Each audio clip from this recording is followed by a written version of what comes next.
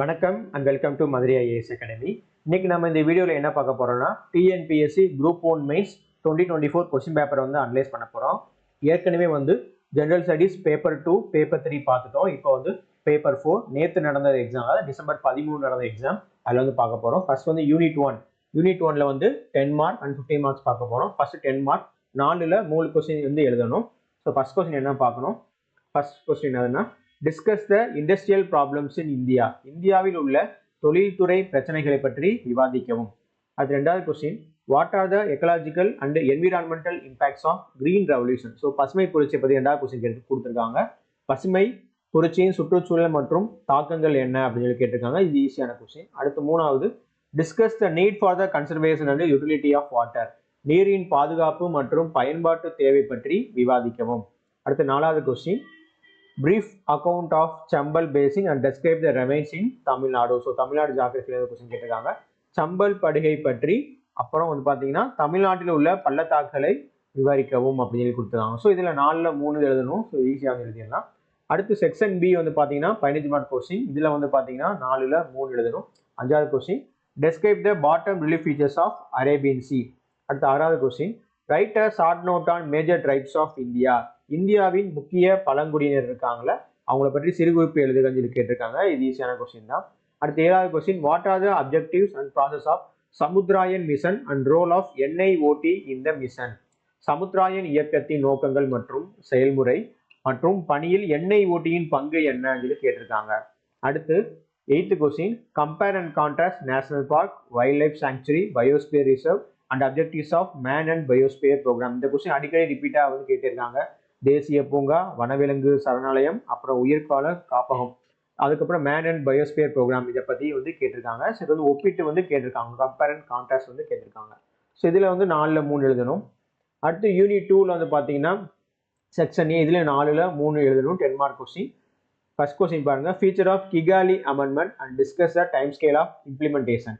Kigali திருத்தத்தின் அம்சம் and அமலாக்கத்தின் கால அளவை பற்றி விவாதிக்கவும். அடுத்து ரெண்டாவது question what are the reasons for the change in monsoon pattern in India. இந்தியாவில் பருவமழை மாற்றத்திற்கான காரணங்கள் என்ன. அடுத்து மூன்றாவது question objectives of mission life. Mission லைஃபின் நோக்கங்கள். அடுத்து நாலாவது question write about the solar power scheme of Tamil Nadu. தமிழ்நாட்டின் சூரிய சக்தி திட்டம் பற்றி எழுதுக அப்படின்னு கொடுத்துருக்காங்க. ஸோ இதில் 4ல் 3 எழுதணும். அடுத்து செக்ஷன் பி 15 மார்க் கொஸ்டின். 4ல் 3 15 மார்க் எழுதணும். அஞ்சாவது question discuss the 4 stages of environment impact அசே. EIA 2006 கேட்டிருக்காங்க. சுற்றுச்சூழல் தாக்க மதிப்பீட்டின் 4 நிலைகளை பற்றி விவாதிக்கவும். அடுத்த ஆறாவது question what are the prospects of biomining in clearing the dump sites. குப்பைகளை அகற்றுவதில் பயோமின்களின் வாய்ப்புகள் என்ன கேட்டிருக்காங்க. அடுத்து ஏழாவது question what are the benefits of national park and wildlife sanctuaries. List down the national park and wildlife sanctuaries of India. தேசிய பூங்காக்கள் மற்றும் வனவிலங்கு சரணாலயின் நன்மைகள் என்ன. இந்தியாவின் national park and wildlife sanctuary பட்டியலிடுகன்னு சொல்லி கேட்டிருக்காங்க. இது ரொம்ப ஈஸியான கொஸ்டின். இதை 10 மார்க்கும் கேட்டிருக்காங்க, 15 மார்க்கும் கேட்டிருக்காங்க. அடுத்து eighth question what are the structural components and functions of ecosystem. சுற்றுச்சூழல் அமைப்பின் கட்டமைப்பு கூறுகள் மற்றும் செயல்பாடுகள் என்னன்னு சொல்லி கொடுத்துருக்காங்க. இதில் 4ல் 3 எழுதணும். நிறைய கொஸ்டின் நம்ம மாடல் எக்ஸாமே நம்ம கவர் பண்ணிடுறது கொஸ்டின் அப்படியே கேட்டிருக்காங்க. அடுத்து பார்த்தீங்கன்னா யூனிட் 3. யூனிட் 3ல பார்த்தீங்கன்னா 5 கொஸ்டின்ல 4 எழுதணும். 10 mark question. First question discuss the role of research and development. So R&Dல கேட்டிருக்காங்க. இந்தியாவின் ஆராய்ச்சி மற்றும் மேம்பாட்டின் பங்கை பற்றி விவாதிக்கவும். அடுத்த ரெண்டாவது question what is the significance of public sector companies in India. இந்தியாவில் பொதுத்துறை நிறுவனங்களின் முக்கியத்துவம் என்ன கேட்டிருக்காங்க. அடுத்து மூணாவது question features of new economic policy. புதிய பொருளாதார கொள்கையின் அம்சங்கள். அடுத்து நாலாவது ரோல் ஆஃப் டெக்னாலஜியின் பப்ளிக் டிஸ்ட்ரிபியூஷன் சிஸ்டம் PDS பற்றி கேட்டிருக்காங்க. பொது விநியோக அமைப்பில் தொழில்நுட்பத்தின் பங்கு. So role of technology. அடுத்த அஞ்சாவது question what are the opportunities for entrepreneurship in the travel and tourism sector of India. இந்தியாவின் சுற்றுச்சூழல் மற்றும் சுற்றுலாத்துறையில் தொழில் முனைவோருக்கான வாய்ப்புகள் என்ன எடுத்திருக்காங்க. ஸோ இதில் 4 கொஸ்டின் எழுதணும். அடுத்து 15 மார்க் கொஸ்டின். இதில் 5ல் 4 கொஸ்டின் எழுதணும். Sixth question what is the role of NBFC in economic development of India. இந்தியாவின் பொருளாதார வளர்ச்சியில் NBFCகளின் பங்கு என்ன.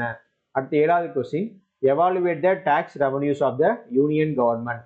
மத்திய அரசின் வரி வருவாய்களை மதிப்பீடு செய்யவும். அடுத்து 8வது question global financial crisis and impact in economic indicators of India. அடுத்து 9th question discuss the evolution of power sector of Tamil Nadu since independence. சுதந்திரம் பெற்றதில் இருந்து தமிழ்நாட்டின் மின்துறையின் பரிணாம வளர்ச்சியை பற்றி விவாதிக்கவும். அடுத்த 10th question what are the similarities and differences of old pension scheme and unified pension scheme. பழைய ஓய்வூதிய திட்டம் மற்றும் ஒருங்கிணைந்த ஓய்வூதிய திட்டத்தின் ஒற்றுமைகள் மற்றும் வேறுபாடுகள் என்ன அப்படின்னு கொடுத்துருக்காங்க. ஸோ இதுதான் வந்து 3 செக்ஷன்ல வந்து கொடுத்துருக்காங்க. ஸோ ஓவரால் வந்து 250 மார்க்ஸ் இருக்கு. So overall TNPSC group 1 mains general studies paper 2, paper 3, paper 4 வந்து ரொம்ப ஈஸியாக தான் இருந்துச்சு. So easy to moderate level அப்படின்னு நம்ம சொல்லலாம். நன்றி, வணக்கம்.